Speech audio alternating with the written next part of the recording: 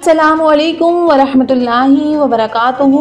आप देख रहे हैं नेक्स्ट गाइडेंस। इंटरनेट की दुनिया में पहली बार हकायाते रूमी की सीरीज में हम आपको खुश आमदीद कहते हैं। हकायत नंबर 1, नामुनासिब दुआ। अन हजूर सल्लल्लाहु अलैहि वसल्लम के एक सहाबी सख्त बीमार हो गए। शिद्दत ज़ौफ़ की वजह से उठने बैठने से भी माजूर हो गए। हजूर पाक सल्लल्लाहु अलैहि वसल्लम अयादत के लिए उनके घर तशरीफ़ ले गए। बीमार सहाबी ने जब आप सल्लल्लाहु अलैहि वसल्लम को देखा तो खुशी से नई ज़िंदगी महसूस की और ऐसा मालूम हुआ कि जैसे कोई मुर्दा अचानक जिंदा हो गया हो।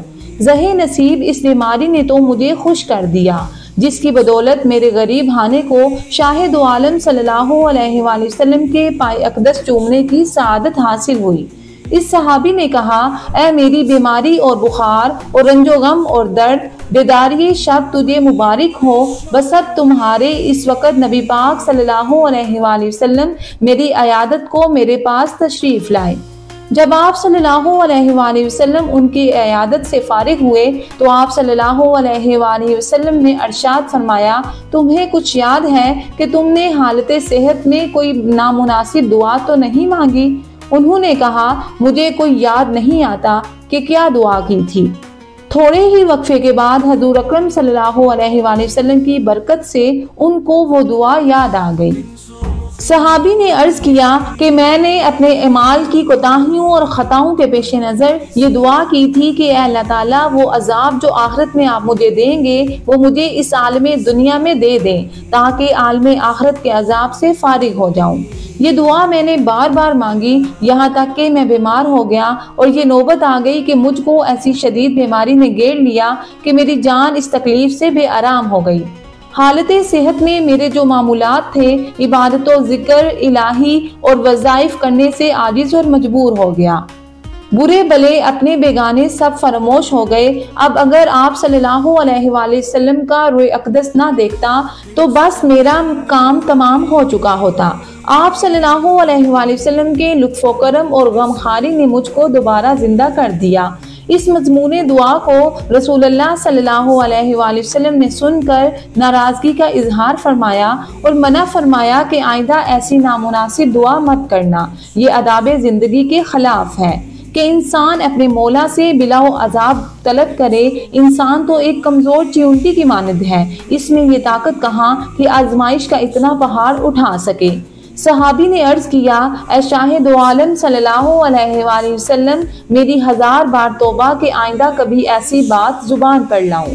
हजूर अकरम सल्लल्लाहु अलैहि वसल्लम, मेरे माँ बाप आप पर कुर्बान, अब आइंदा के लिए मेरी रहनुमाई फरमाएं। ऐ अल्लाह, दुनिया में भी हमें भलाइयाँ अता फरमा और आखिरत में भी हमको भलाइयाँ अता फरमा।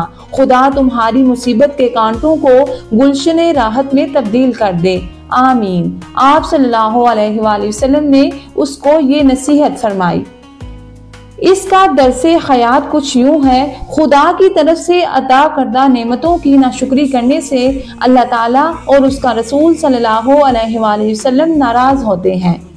नामुनासिब दुआ अदाब जिंदगी के खिलाफ है। हकायत नंबर 2, बच्चे की गवाही। रसूलुल्लाह सल्लल्लाहु अलैहि वसल्लम की बारगाह अक़दस में एक काफिर औरत बच्चा उठाए बग़र्ज़ आजमाइश और इम्तिहान हाजिर हुई। अल्लाह की शान देखें कि इस 2 माह के दूध पीते बच्चे ने कहा, या रसूलुल्लाह सल्लल्लाहु अलैहि वसल्लम, अस्सलामु अलैकुम। हम आप सल्लल्लाहु अलैहि वसल्लम की खिदमत अक़दस में हाजिर हुए हैं। माँ के चेहरे का रंग जर्द हो गया और गुस्से से कहने लगी, खबरदार, खामोश, ये गवाही तेरे कान में किसने सिखा दी? बच्चे ने कहा, ऐ मेरी माँ, तू अपने सर के ऊपर तो देख, तेरे सर के ऊपर हज़रत जिब्राईल अलैहिस्सलाम खड़े हैं। मिसले कामिल बदर के वो मुझे नजर आ रहे हैं। वो फरिश्ता मुझे वस्फ़े रसूल सल्लल्लाहु अलैहि वसल्लम सिखा रहा है और कुफ्र व शिर्क के नापाक अलूम से खलासी और रहाई दिला रहा है। रसूलुल्लाह सल्लल्लाहु अलैहि वसल्लम ने फरमाया, ऐ दूध पीते बच्चे, ये बता कि तेरा नाम क्या है?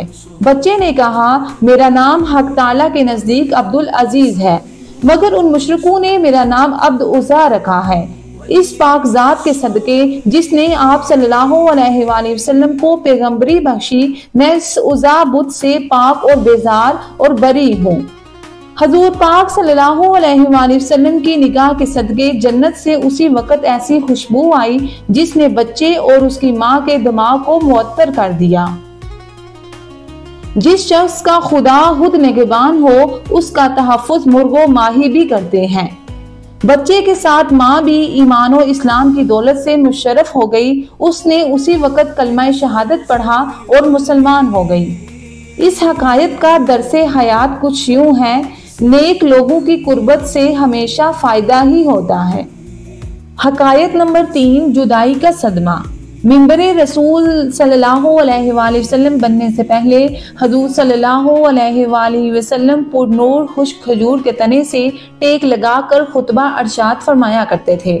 جب پختہ ممبر رسول صلی اللہ علیہ وآلہ وسلم تیار ہو گیا تو آپ صلی اللہ علیہ وآلہ وسلم ممبر پر تشریف فرما ہوئے تو خشک کھجور کے تنے سے یہ صدمہ جدائی برداشت نہ ہوا۔ اس نے اس طرح رونا شروع کیا جس طرح چھوٹا بچہ ماں کی جدائی سے روتے ہوئے سسکیاں لیتا ہے۔ مولانا رومی علیہ السلام فرماتے ہیں، خشک کھجور کا تنا جس کا نام استون حنانہ تھا، رسول اللہ صلی اللہ علیہ وآلہ وسلم کی جدائی سے نالہ کر رہا تھا، مثل ارباب عقول کے، یعنی جیسے وہ کوئی انسان ہو۔ اس آواز گریہ سے اصحاب رسول صلی اللہ علیہ وآلہ وسلم تعجب میں پڑ گئے کہ یہ ستون اپنے پورے حجم، طول و عرض سے کس طرح رو رہا ہے۔ آپ صلی اللہ علیہ وآلہ وسلم نے دریافت کیا، اے ستون تجھے کیا ہوا ہے؟ اس نے عرض کیا، یا رسول اللہ صلی اللہ علیہ وآلہ وسلم، آپ کی جدائی کا صدمہ مجھ سے برداشت نہیں ہوا۔ آپ صلی اللہ علیہ وآلہ وسلم کی جدائی سے میری جان اندر ہی اندر جل رہی ہے۔ اس آتش غم کے ہوتے ہوئے آپ صلی اللہ علیہ وآلہ وسلم کے فراق میں کیوں نہ آہو فغاں کروں؟ یا رسول اللہ صلی اللہ علیہ وآلہ وسلم، آپ ہی تو جانے کائنات ہیں، آپ پہلے مجھ سے ٹیک لگاتے تھے، اب مجھ سے الگ ہو گئے ہیں اور میری جگہ دوسرا ممبر پسند فرما لیا ہے۔ حضور انور صلی اللہ علیہ وآلہ وسلم نے ارشاد فرمایا، اے مبارک ستون، اگر تو چاہتا ہے تو تیرے لیے دعا کروں کہ تو سرسبز اور ثمر آور درخت ہو جائے اور تیرے پھلوں سے ہر شرقی و غربی مستفید ہو، تو کیا تو ہمیشہ کے لیے تر و تازہ ہونا چاہتا ہے یا تو پھر عالم آخرت میں کچھ چاہتا ہے؟ استون حنانہ نے کہا، یا رسول اللہ صلی اللہ علیہ وآلہ وسلم، میں تو دائمی اور ابدی نعمت چاہتا ہوں۔ مولانا رومی فرماتے ہیں، اے غافل، تمہیں اس لکڑی سے سبق سیکھنا چاہیے کہ تم انسان ہو کر دنیائے فانی پر گرویدہ اور آخرت سے روگرداں ہو رہے ہو، جبکہ استون حنانہ نعمت دائمی کو نعمت فانی پر ترجیح دے رہا ہے۔ پھر اس استون حنانہ کو زمین میں دفن کر دیا گیا تاکہ مثل انسانوں کے روز جزا اس کا حشر ہو۔ اس حقائق کا درس حیات کچھ یوں ہے، اگر کسی کے دل میں حضور اکرم صلی اللہ علیہ وآلہ وسلم کی چاہت و محبت نہیں تو اس کی زندگی بھی بے معنی ہوگی، وہ بدنصیب عالم برزخ اور آخرت میں بھی رحمت الہی سے محروم رہے گا۔